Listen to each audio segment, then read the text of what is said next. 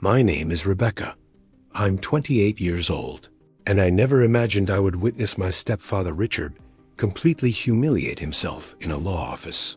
My mother, Catherine, had been gone for just 4 weeks when Richard smugly announced to everyone present that he had completely removed me from her will. The atmosphere in the room was suffocating as he pointed directly at me, practically spitting out the words with satisfaction. She gets absolutely nothing. I made certain of that. But then something completely unexpected happened. The attorney actually started laughing. What followed next changed everything forever. Growing up, it was always just Mom and me in our cozy house in the suburbs of Denver. Catherine Morrison was an absolute powerhouse, a brilliant software architect who began programming in the late 80s when women in technology were even more scarce than they are today. She would share stories with me about being the sole woman in conference rooms, about men interrupting her presentations or attempting to mansplain her own algorithms to her. But my mother never retreated or gave up. When I turned 12, she made the most significant gamble of her career. She left her stable position at a major technology corporation and established CyberShield, a data protection startup that she launched from our basement. I have vivid memories of helping her assemble the initial server equipment, not comprehending its function, but adoring how my mother's face would illuminate as she described the technology to me.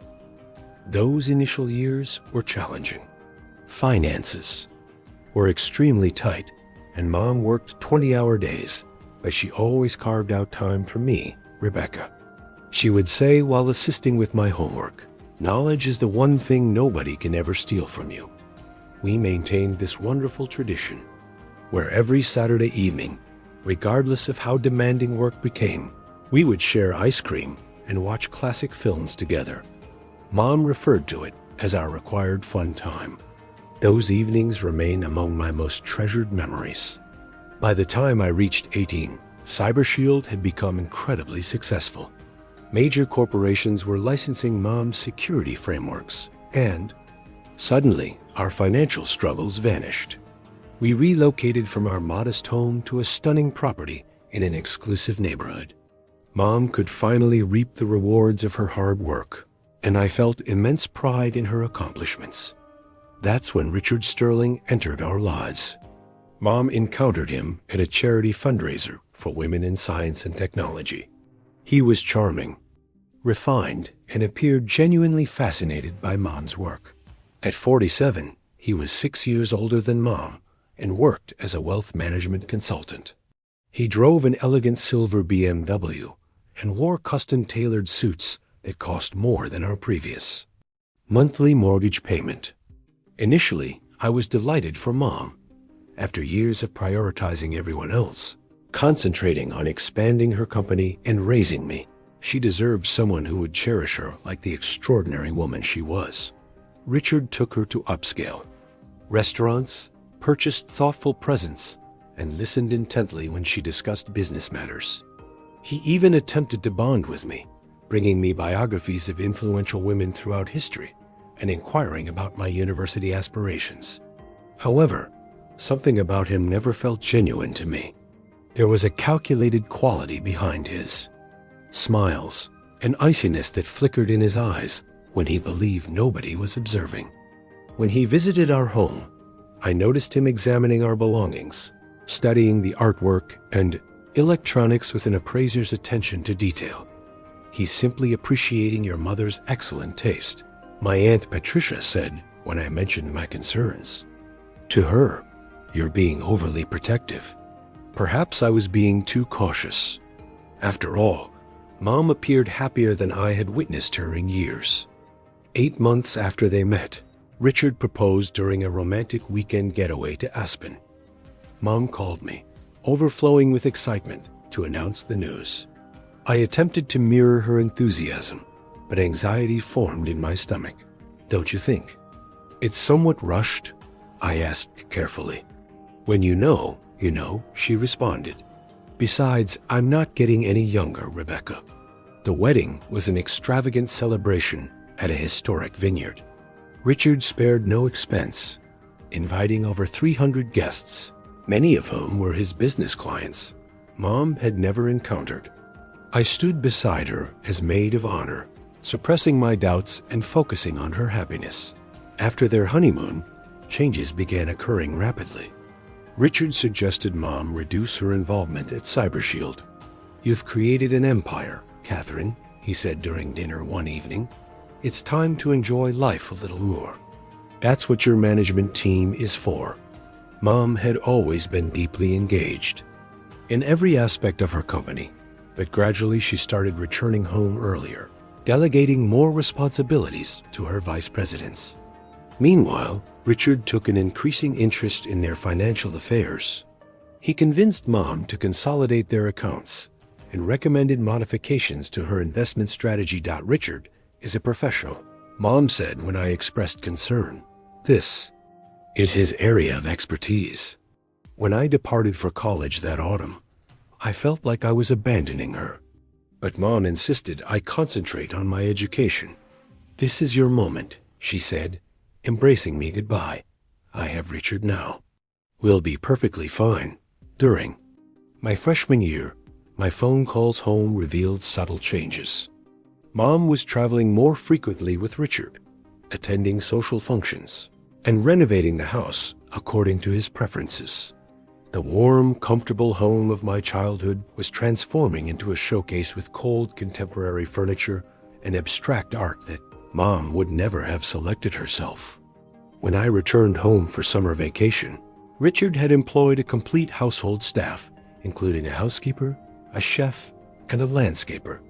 Mom seemed both pleased and slightly uncomfortable with these changes. "It's quite an adjustment," she admitted, when we had a rare moment alone. "But Richard says I've earned this lifestyle." Over the following years, as I completed my degree in computer science, following Mom's path, Richard's control became more apparent. He began speaking for Mom during family gatherings, interrupting her and correcting her recollections. Our Saturday movie nights, which had survived my first year of college, were now regularly canceled due to Richard's social commitments. Mom's phone calls became less frequent, and when we did speak, Richard was often nearby, commenting or sometimes taking the phone to discuss their latest vacation or purchase. The vibrant, independent woman who had raised me was slowly disappearing, replaced by someone who deferred to her husband's judgment increasingly often. When I graduated and accepted a position in the same city, I hoped to reconnect with Mom. But every lunch appointment was rescheduled. Every visit to their home was supervised by Richard. He had become the guardian of my mother's life, and he made it clear that I was an outsider. The phone call came on a gray Thursday afternoon. I was at my workstation debugging software when Mom's number appeared on my screen. Hearing her voice, I immediately knew something was terribly wrong. The diagnosis was stage 4 ovarian cancer. The doctors had given her 8 months to a year. "Don't worry about me," she said, her voice steady despite the devastating news. "I've already begun treatment, and Richard is taking excellent care of me." I drove to their house that evening, my mind racing with questions and fear. Richard answered the door, his expression solemn. "She's resting," he said, blocking the entrance.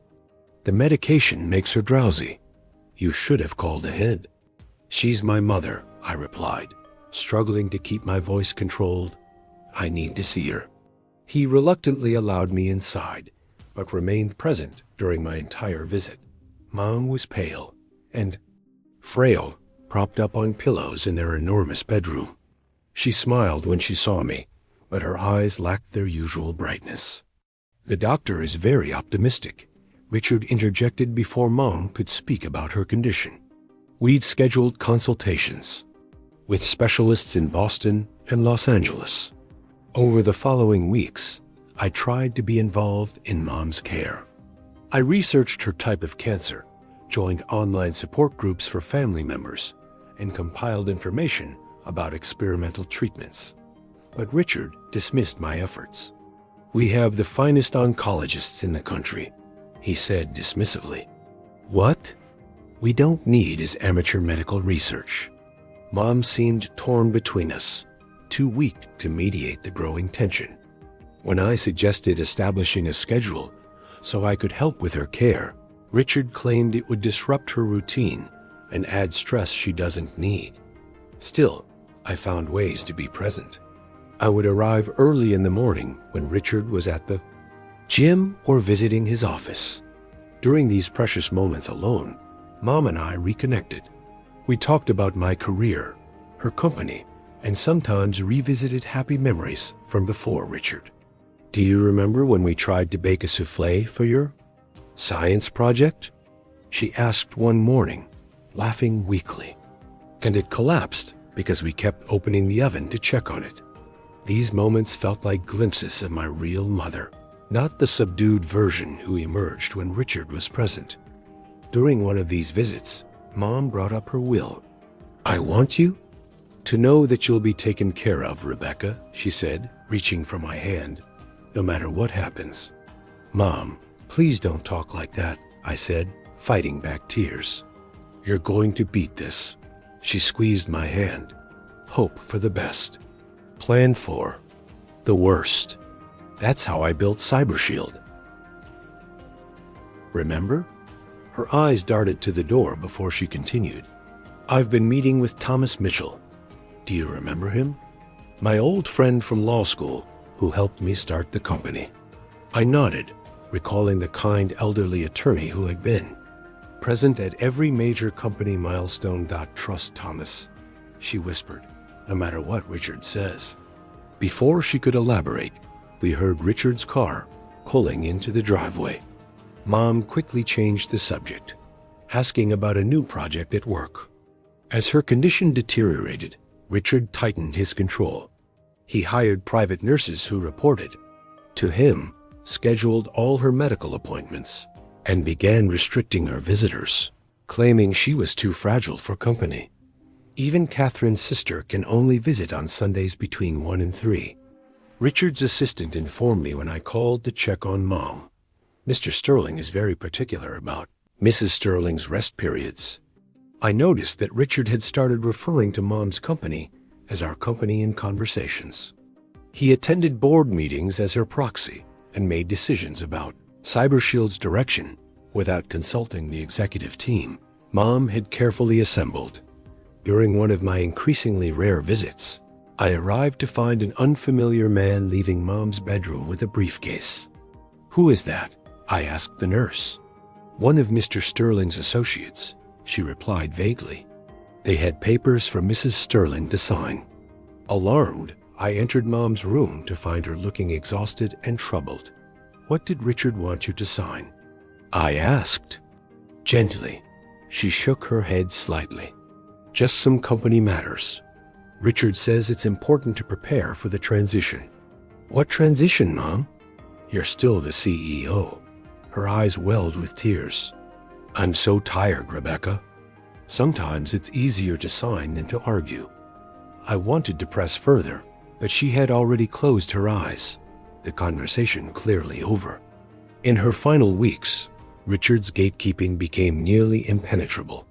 He cited doctor's orders that Mom needed complete rest and limited my visits to 20 minutes twice a week.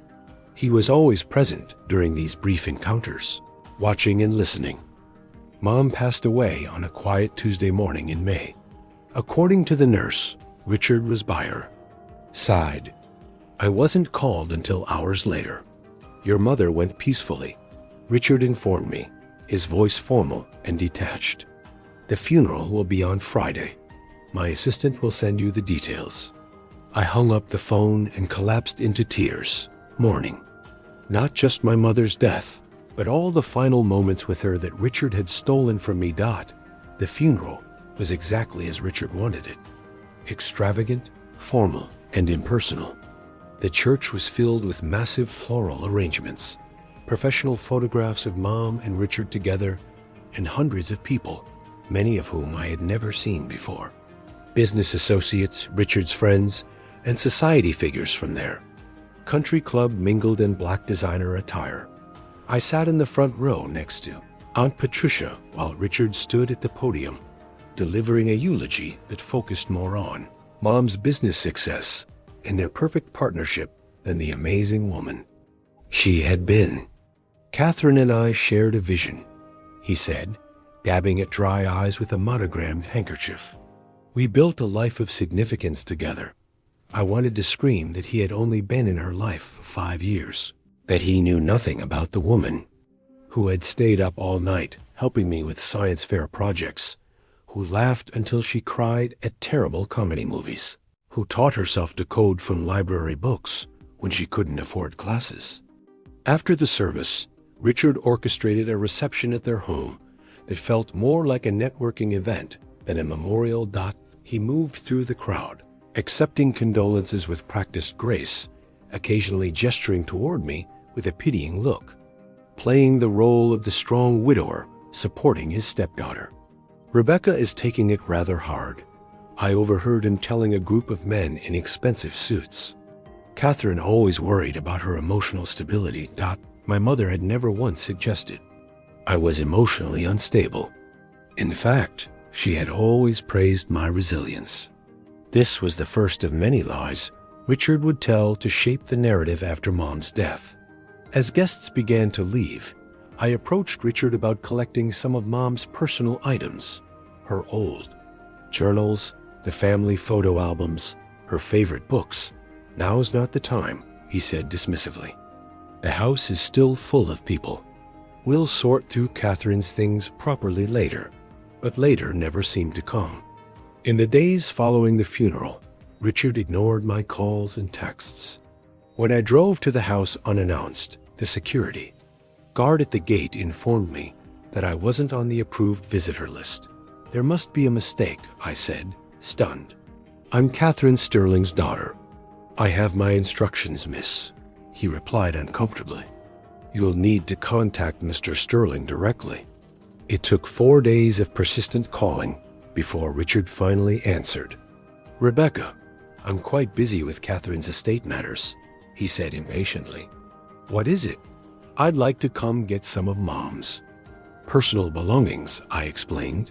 "Family photos, her jewelry, things with sentimental value." There was a pause before he responded. "I'm afraid that won't be possible right now. The will is still in probate, and nothing can be distributed until that process is complete. These aren't valuable items, Richard. They're personal mementos. Everything must be inventoried for the estate," he insisted. "It's the legal process, Rebecca. Surely you understand that." I didn't understand. These were family items that had nothing to do with Mom's financial assets. But Richard was unmovable. 3 weeks after the funeral, I received a troubling call from Maria, Mom's executive assistant at CyberShield for over a decade. "Rebecca, I probably shouldn't be telling you this," she said in a hushed voice. "But Richard came into the office yesterday with movers. They cleared out your mother's entire office, including all her personal files and photographs. When our HR director questioned him, Richard said he was acting as the executor of the estate and had full authority." I thanked Maria for the information and immediately called Thomas Mischel, Mom's longtime attorney, whom she had specifically mentioned trusting. His secretary informed me that he was out of the country but would return the following week. Meanwhile, disturbing reports about Richard continued to reach me. My cousin Michael called to say he had seen Richard at a luxury car dealership purchasing a new Tesla.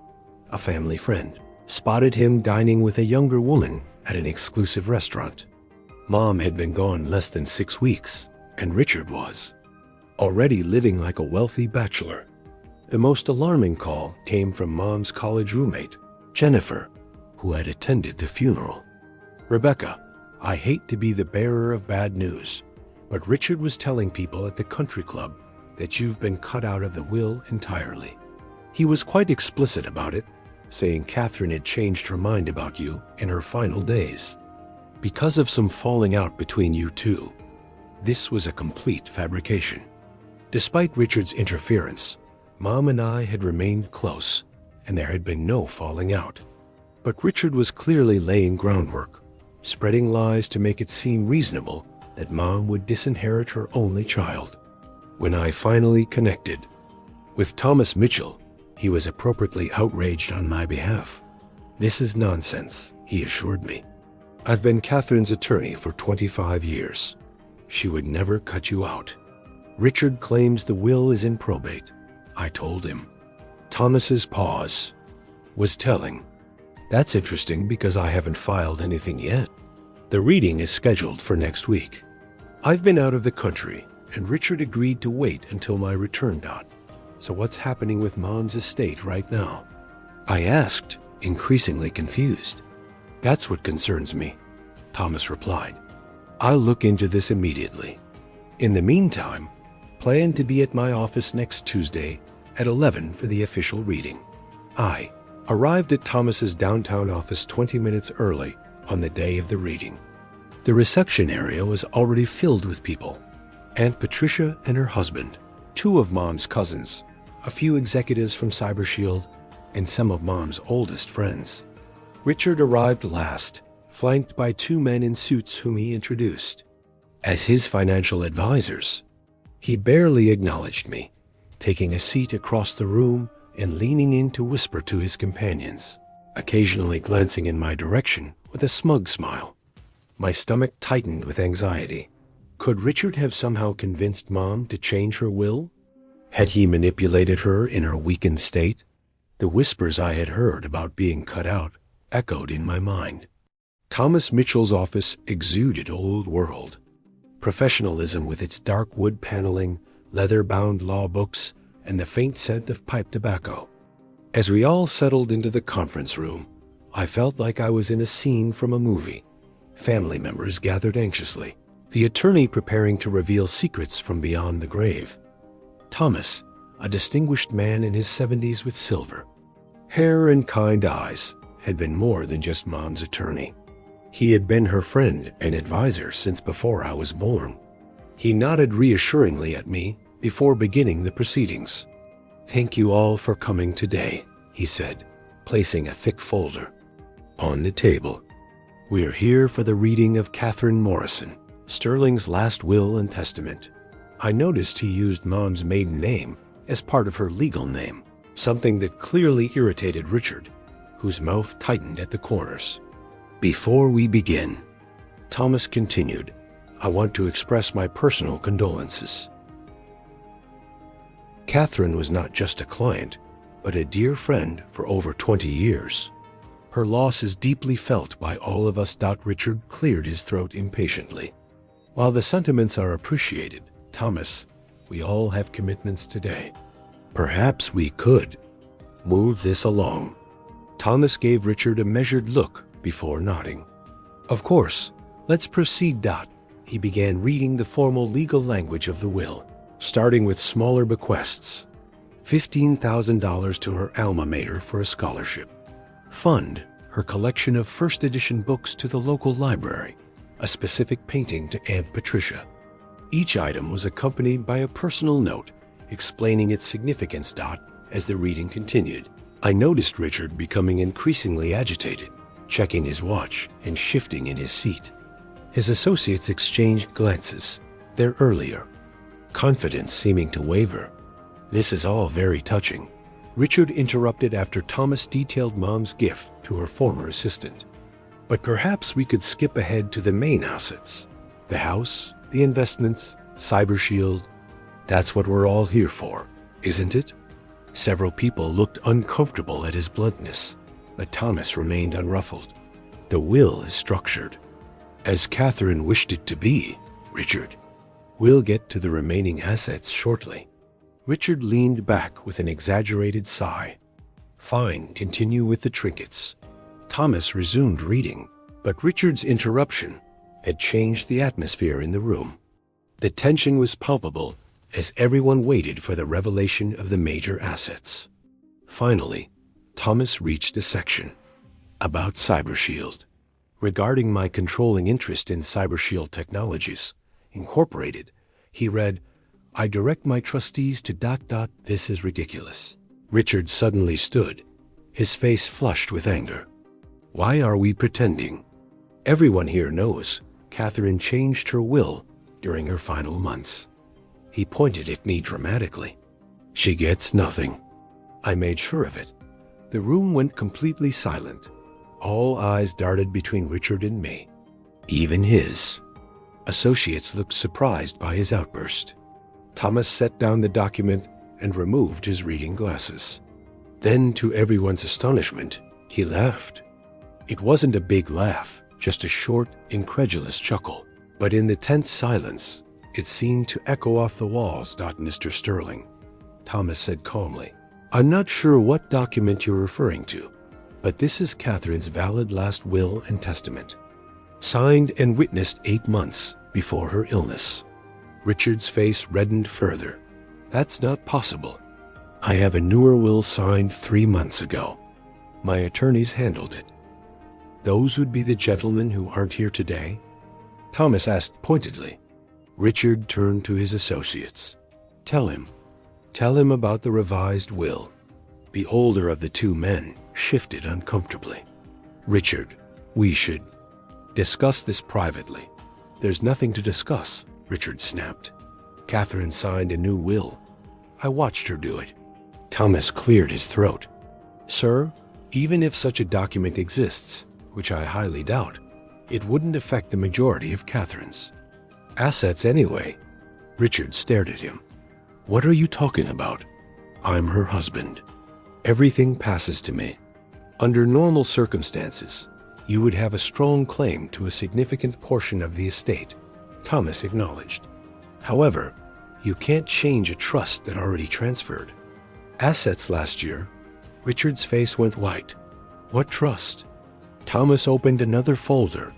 The Catherine Morrison Living Trust, established 16 months ago, which transferred the majority of her assets, including her controlling interest in CyberShield and approximately $18 million in securities and cash equivalents to her beneficiaries. The room erupted in murmurs. Richard looked like he might pass out. That's impossible, he whispered. I would have known. The trust was created before your marriage, Thomas explained. Catherine was quite deliberate about the timing, and as her separate property brought into the marriage, she had every legal right to establish it without your knowledge or consent. I sat in stunned silence. Mom had never mentioned a trust to me, yet apparently she had planned this all meticulously, anticipating Richard's potential actions. Who? Richard demanded, his voice cracking. Who are the beneficiaries? Thomas looked directly at me as he answered. Rebecca Morrison is the primary beneficiary of the trust, with secondary distributions to Catherine's charitable foundation for women in technology. This can't be legal, Richard sputtered, pacing the length of the conference table. Catherine was my wife. I had a right to know about major financial decisions. Thomas remained impassive. Colorado is a community property state. Yes, but separate property acquired before marriage remains separate unless explicitly commingled. Catherine was very careful to maintain distinction between her premarital assets and your marital community property. When? Richard demanded. When did she do this? The trust was established in March of last year, Thomas explained, and funded completely the following month. Well before her diagnosis, I might add, so there can be no question of diminished capacity. Timing suddenly made sense to me. March of last year was when Mom had made that unexpected trip to visit me, claiming she needed a girls' weekend. We had spent 4 days together, and she had seemed unusually reflective, asking me about my long-term goals and what I thought about her legacy. She must have been preparing for the trust arrangements. Let me explain how the Catherine Morrison Living Trust operates, Thomas continued, addressing the room rather than just Richard. It's an irrevocable trust, meaning once assets are placed in it, they cannot be removed or the terms changed, even by Catherine herself. Richard collapsed back into his chair, his face ashen. The trust holds several key assets, Thomas continued. Catherine's 75% ownership stake in CyberShield Technologies, the family home in Cherry Hills, and its contents, her personal investment portfolio valued at approximately $18 million, and various other personal properties. Thomas turned a page in his document. As trustee, I've been managing these assets according to Catherine's explicit instructions since the trust was established. If the house is in the trust, I asked, finding my voice, why has Richard been living there and controlling access? An excellent question. Thomas nodded. The trust grants Richard a life estate in the residence for a period of 60 days following Catherine's death, after which the property reverts fully to the trust beneficiaries. Those 60 days expire next week. Richard's associates were now whispering urgently to him, but he seemed beyond hearing them, staring blankly at the table. What about Mom's personal belongings in the house? I asked. The family photos, her jewelry, her journals, all trust property, Thomas confirmed. Catherine specifically inventoried items of sentimental value and designated them for you, Rebecca. I have the complete list here. He patted another folder. Richard has no legal claim to any of those items. One of Richard's associates finally spoke up. What exactly does Mr. Sterling receive from the estate? Thomas consulted his papers again. As Catherine's spouse, Mr. Sterling receives her half of the community property acquired during their marriage. This includes their vacation home in Vale, joint bank accounts totaling approximately $600,000, and the vehicles, titled in both their names. That's it? Richard looked up, incredulous. After 5 years of marriage? Given that your marriage lasted only 5 years, and considering the significant assets Catherine brought into the marriage, this distribution is quite generous under Colorado law. Thomas replied evenly. The trust also provides a one-time payment of $300,000 to you, Richard, which Catherine described as appreciation for the companionship. During our time together, got someone in the room let out a low whistle. Mom's parting gift to Richard was both generous and a subtle acknowledgement that their relationship had been more transactional than loving. As for CyberShield, Thomas continued, the company remains under the control of the trust with Rebecca, holding voting rights for her mother's shares. The executive team Catherine appointed remains in place with no changes to the corporate structure. The implications were sinking in for Richard. Not only had Mom protected her assets from his grasp, but she had done it over a year ago, meaning any changes he might have coerced during her illness were meaningless. This is fraud, Richard finally said, his voice cold. Catherine never discussed this trust with me. She hid assets from her husband. No court will let this stand. Thomas seemed prepared for this response. I assure you, everything was done with meticulous legal care. Catherine understood exactly what she was doing and why. He looked pointedly at Richard. She was concerned about certain behaviors she had observed, particularly regarding financial control. Richard stood abruptly. I'm not listening to this slander. My attorneys will contact you. He gestured to his associates to follow as he stalked toward the door. One more thing, Mr. Sterling, Thomas called after him. The trust includes a litigation deterrent clause. Any challenge to the trust by a named beneficiary results in that person's complete disinheritance. While you're consulting with your attorneys, you might want to consider whether risking your $600,000 and Vale property is worth pursuing a battle you're unlikely to win. Richard froze at the door, his back rigid. Without another word, he walked out, his associates trailing behind him. After they left, the room seemed to collectively exhale. Thomas turned to me with a gentle smile. Your mother was an extraordinarily intelligent woman, Rebecca. She saw what was happening and took steps to protect both you and her legacy. Why? Didn't she tell me about the trust? I asked, still processing everything. She wanted to shield you from Richard's potential reaction, Thomas explained. She knew if you were aware of the trust, He might pressure you for information or try to drive a deeper wedge between you. This way, your genuine surprise today helps protect the trust's integrity.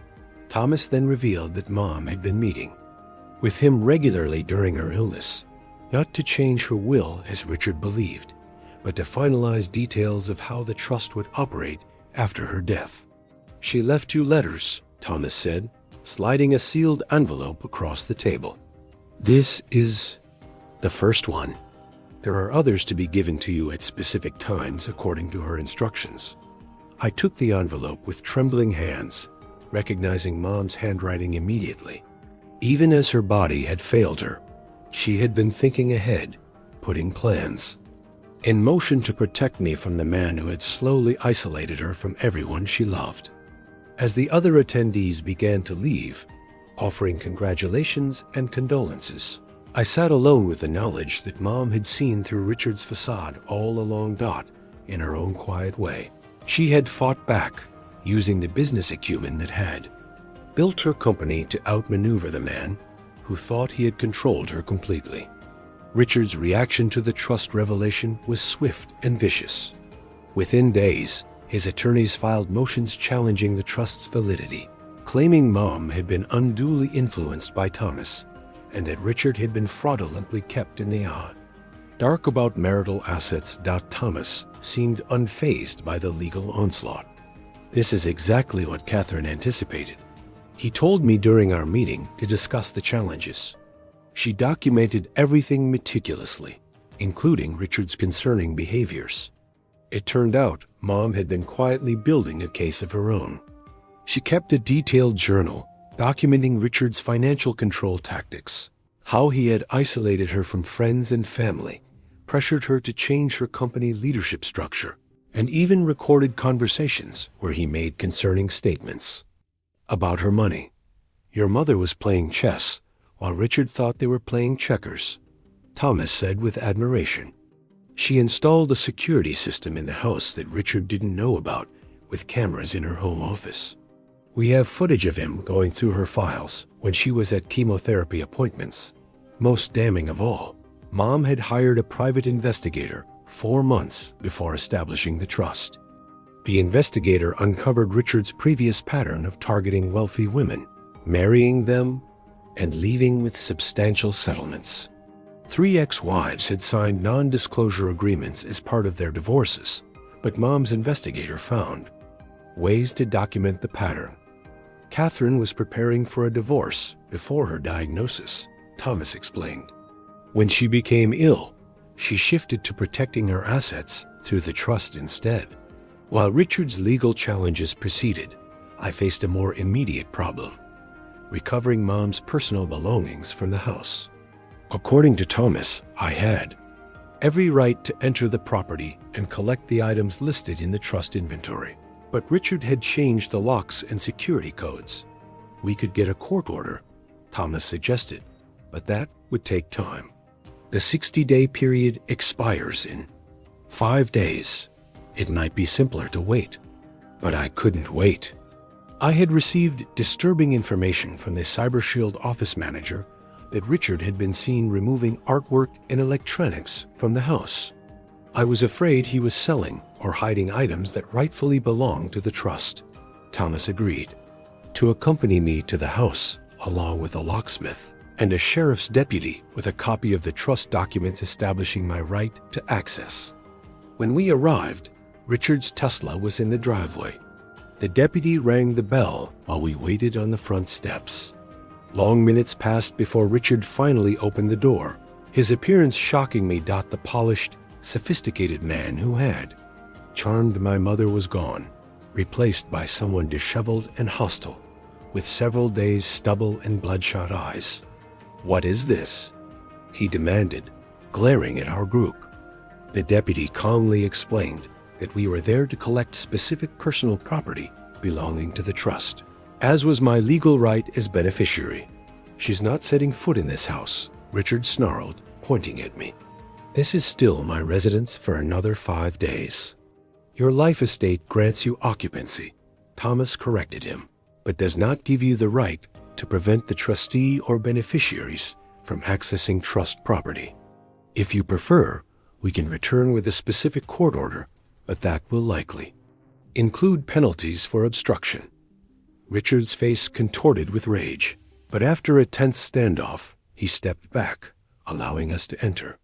Fine, take whatever's on your precious list. It's all worthless junk anyway. The house I had grown up in had been transformed under Richard's brief ownership. Mom's warm, eclectic style had been replaced with cold, modern furniture and abstract art. Family photos had disappeared from the walls, replaced by expensive but soulless pieces that meant nothing to our family history. We proceeded methodically through the rooms, checking items against the inventory list. Many smaller items were missing. Mom's collection of vintage brooches, several first-edition books, the antique silver frame that had held my grandparents' wedding photo. "Where are these items?" Thomas asked, showing Richard the list of missing pieces. "How should I know?" Richard replied with feigned indifference. "Catherine moved things around all the time." As we continued our search, I noticed subtle signs that Richard had been liquidating assets. Receipts from high-end consignment stores lay partially hidden under magazines. An email confirmation for an auction house pickup was visible on a tablet he left on the coffee table. We found most of the larger items: Mom's artwork, her desk, her collection of vintage computers. But many smaller, valuable pieces were simply gone. It was when we reached the master bedroom that things escalated. "I need to check the closet safe," I said, referring to the hidden compartment where Mom had always kept her most precious jewelry, including my grandmother's wedding ring that was meant to come to me. "There is no safe," Richard said quickly. Too quickly. I walked directly to Mom's closet, moved aside the panel I had known about since childhood, and found the safe empty, its door hanging open. "Where is my grandmother's ring?" I demanded, turning to Richard. "It's specifically listed in the trust inventory." "I have no idea what you're talking about," he said, but his eyes darted to his own closet momentarily. While Thomas and the deputy were checking another room, I made a split-second decision. I walked to Richard's closet and pulled open the drawer of his nightstand. "You have no right." Richard lunged toward me, but I had already found what I was looking for. A small leather pouch containing several pieces of Mom's jewelry, including my grandmother's ring. "This is theft," I said, holding up the pouch as Thomas and the deputy returned. "These items belong to the trust. That ring was a gift to me from Catherine," Richard claimed desperately. "She wanted me to have it." "That's interesting," Thomas said mildly, "considering she specifically listed it in the trust inventory as my mother's diamond ring to go to Rebecca as her birthright." Richard suddenly lunged toward me, grabbing for the pouch with such force that I stumbled backward. The deputy immediately stepped between us, restraining Richard as he shouted obscenities. "You're just like your mother," he spat, "thinking you're so smart, so superior. She was nothing before me. Nothing." His mask had completely slipped now, revealing the true person beneath the charming facade. The deputy radioed for backup while maintaining his hold on Richard, who continued his tirade. "I earned that money. 4 years of listening to her boring stories, pretending to care about her stupid company, enduring her clingy daughter. I deserved everything she had done." Each word confirmed what I had suspected all along. Richard had never loved Mom. She had been nothing more than a financial target to him, a wealthy woman he could manipulate and control. As additional officers arrived, and Richard was escorted from the property for threatening behavior, Thomas placed a comforting hand on my shoulder. "Your mother knew," he said quietly. "That's why she created the trust. She wanted to protect you from exactly this." In the days that followed, we discovered the extent of Richard's financial misdeeds.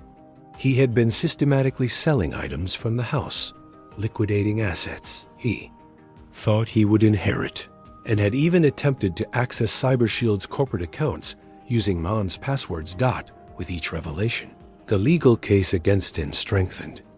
Richard's challenge to the trust crumbled as evidence of his behavior mounted. His own words during his outburst, witnessed by a law enforcement officer, became part of the court record. 3 weeks later, the judge not only dismissed Richard's claims against the trust, but issued a restraining order, preventing him from entering any trust property and froze his personal accounts, pending investigation of the missing items. The final blow came when we discovered a hidden safe in Richard's home office containing documents that revealed his careful planning. Spreadsheets detailed Mom's assets before he had even met her. Notes outlined his strategy for isolating her from family and friends. There was even a timeline for taking control of CyberShield. Marriage plus 4 years. Mom had discovered his true nature eventually, but rather than confronting him directly, she had quietly outmaneuvered him, protecting both her legacy and me with the same strategic brilliance that had built her company. As Richard's legal challenges fell apart one by one, I began the process of reclaiming not just Mom's physical legacy, but her emotional one as well. The family home was mine now, and with Richard permanently removed by court order, I could finally begin healing the space that held so many memories. I started by undoing Richard's cold renovations, restoring the warm colors Mom had always loved, and replacing his modern furniture with pieces that felt like home. Friends and family helped, turning the work into a celebration of Mom's life rather than a reminder of loss. "Your mother would love what you're doing," Aunt Patricia said as we hung family photos back on the walls. She always said a house should tell the story of the people who live there. The trust Thomas now managed for me was substantial, more money than I could spend in a lifetime. After careful consideration, I decided to use a significant portion to establish the Catherine Morrison Foundation for Women in Technology, providing scholarships and mentorship to girls interested in computer science. The foundation should reflect your mother's values, Thomas advised during our planning meetings. What mattered most to her? The answer was clear: education, opportunity, and fostering independence. We structured the foundation to support not just education but entrepreneurship, helping women launch tech startups, just as Mom had done from our basement all those years ago. CyberShield continued to thrive under the leadership team Mom had assembled. I took a seat on the board, but maintained my own career, honoring Mom's belief that I should build my own path rather than simply inherit hers. As the months passed, I discovered more about Mom's final year through the letters she had left with Thomas to be delivered at specific intervals. Each one addressed a different aspect of life she wanted to share wisdom about: career, relationships, finances, finding purpose. My dearest Rebecca, one letter began, "By now you know about Richard and the trust. I'm sorry I couldn't tell you while I was alive, but I needed to protect you from his manipulation. I realized too late what kind of man he truly was, but I want you to know that creating the trust wasn't just about keeping money from him. It was about ensuring that what I built would continue to create good in the world through you." Her words brought both tears and healing. Mom had seen through Richard's facade eventually, and had found a way to fight back on her own terms. 8 months after the will reading, Richard's legal options were exhausted. The court had not only upheld the trust completely, but had ordered him to return or pay restitution for the items he had sold from the house. His reputation in the financial community was destroyed by the revelations about his predatory pattern with wealthy women. I heard through mutual connections that he had moved to another state, presumably to start over with a new identity and target. The knowledge troubled me until Thomas shared one final safeguard Mom had created. Catherine anonymously funded a private investigator to create a secure database of Richard's methods and targets, he explained. The information is shared with women's advocacy groups and financial advisors who work with wealthy women. She wanted to ensure he couldn't do to anyone else what he tried to do to her. Even in her final days, facing her own mortality, Mom had thought about protecting others. It was the ultimate expression of the strength and foresight that had defined her life. On the 1-year anniversary of Mom's passing, I invited her closest friends and colleagues to the house for a celebration of her life. We shared stories, laughter, and the kind of genuine connection that Richard had tried so hard to prevent. Looking around at the people who had truly loved and respected my mother, I felt a sense of peace I hadn't experienced since before her illness. Mom had won not just against Richard, but against the fear and isolation he had tried to create. Her legacy lived on not just in her company or the foundation bearing her name, but in the connections between the people gathered in her home. The final letter from Mom arrived that evening after everyone had gone. Thomas handed it to me with a gentle smile before leaving. "Your mother wanted you to have this today specifically," he said. "She said you'd understand why when you read it." Alone in Mom's study, surrounded by her books and the soft lamplight, she had always preferred to harsh overheads. I opened the envelope to find a shorter note than the previous ones. "My darling Rebecca." It read, "If you're reading this, a year has passed since I left you. The worst of the grief may be behind you now, and you're finding your way forward. I want you to know that watching you grow into the strong, compassionate woman you are was the greatest joy of my life. More than any business success, more than any wealth, you are my true legacy. Trust yourself as I trusted you. Your instincts about Richard were right from the beginning, and that same intuition will guide you well throughout your life. All my love always, Mom." I held the letter to my heart, feeling a connection to her that transcended death. In the end, Richard had failed completely. He had tried to separate us, to rewrite our family narrative, to steal not just Mom's wealth, but her very legacy. Instead, he had ultimately strengthened the bonds he sought to break and taught both of us valuable lessons about trust, protection, and the power of careful planning. The experience had changed me, making me both more cautious and more determined to live authentically. I would carry forward not just Mom's financial legacy, but her values, independence, strategic thinking, generosity, and the courage to protect what matters most. What would you have done in my situation? Have you ever had to deal with someone who wasn't who they pretended to be? Sometimes the quietest warriors win the most important battles, and my mother proved that intelligence and careful planning can triumph over manipulation and greed. Her legacy continues not just in the foundation that bears her name, but in every woman who refuses to be controlled, every daughter who trusts her instincts, and every person who chooses authenticity over convenience. The greatest revenge isn't dramatic confrontation or public humiliation. Sometimes it's simply living well, protecting what matters, and ensuring that love and wisdom outlast greed and deception. Mom taught me that the most powerful victories are often the quietest ones, won not through anger, but through intelligence, patience, and an unshakable commitment to what's right.